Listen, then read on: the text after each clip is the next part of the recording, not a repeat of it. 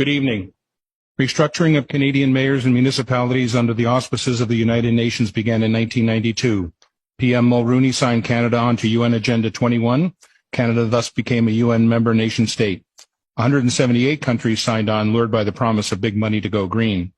By 2000, countries, including Canada, were being governed by directions of the UN, G7, G20, World Economic Forum, and World Health Organization, to name some. Every organization named is a foreign-based NGO, non-governmental organization, and every member of all these organizations is unelected. Parliamentary procedures for law changes weren't followed. In 1994, a municipal primer was issued to all local towns outlining how they were to restructure their governments. Though the municipal primer was a non-binding agreement, all towns adopted it. Our public officials, the mayor and councillors of that day, were partnered with a private corporation, the Corporation of the Town of Aurora, who appointed a chief administrative officer who helped implement the global agenda instead of a local one. The International Council on Local and Environmental Issues, ICLEI, became the main source of consultation to push and fund the global agenda. We remind you that the World Economic Forum and the United Nations signed a strategic partnership framework in 2019 to jointly accelerate the implementation of the 2030 Agenda for Sustainable Development. This is the same World Economic Forum whose chairman, Klaus Schwab, famously declared, "You will own nothing and be happy." This is the same Klaus Schwab who, referring to Canadian Prime Minister Justin Trudeau, boasted, "We have penetrated more than half of his cabinet." We would ask Mayor Maracas and the councillors, why should the citizens of Aurora bow down to the intrusive dictates of an unelected foreign entity? The fact is we should not, and we will not. What, you ask, does any of this have to do with 15-minute smart cities? Absolutely everything. SMART, S for surveillance, M for monitoring, A for analysis, R for reporting, and T for technology. Technology News editor Patrick Wood, 50 years of experience and expertise on technocracy, wrote, "The 15-minute city is a cover for data collection bonanza for technocrats who design and operate them. Cities designed for maximum efficiency always reveal technocrat thinking that efficiency itself is the goal. Maximum surveillance allows for maximum control to achieve even more efficiency."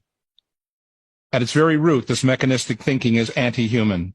The 15-minute city narrative seeks to fool you in the guise of saving the planet, keeping you safe, and delivering convenience. It's actually the gateway to digital IDs and CBDC, central bank digital currencies. CBDCs allow bankers and/or governments to freeze your bank account because you happen to peacefully and lawfully protest and express your disagreement with government policy. Anyone remember the truckers' convoy in Ottawa, February 22, when the Government of Canada invoked the Emergencies Act and froze the private bank accounts of law-abiding citizens? 15-minute cities are wolves in sheep's clothing. Don't believe the countless stories spewing forth from the 24/7 basis from the elitist captured mainstream media, all claiming to have your best interests at heart. We have been burned too many times. In reality, 24/7 surveillance through the Internet of Things inside your home, 5G and LED streetlights outside, monitoring and tracking and recording everything. Implementation of exclusion zones and geofencing to restrict movement and travel. Ability to control behaviors through military-directed energy technologies. Property and car ownership to be outlawed. Evictions from farms and rural areas to gather people into cities. Digital passports being promulgated by the UN, World Economic Forum, and the World Health Organization are in the final stages of planning and implementation. They are tied to social credit score, which is determined by compliance to government directives. These passports control all access and all aspects of life. Digital currency is being implemented to end cash and monitor all your spending. Your digital currency will be turned off or on depending on your compliance score. UBI Universal Basic Income is a state-controlled allowance forcing compliance by restricting access to food, money, services, and education.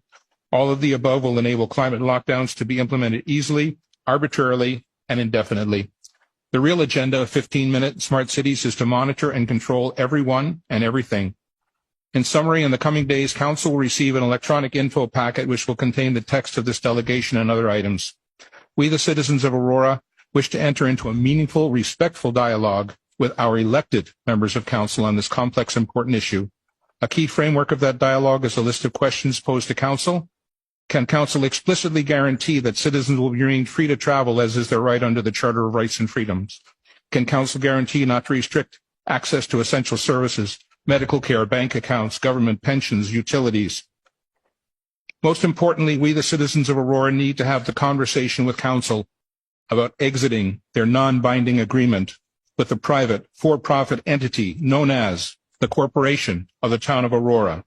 We need to turn back the page to a simpler time when open, transparent municipal government serving its citizens and working in their best interests ruled the day.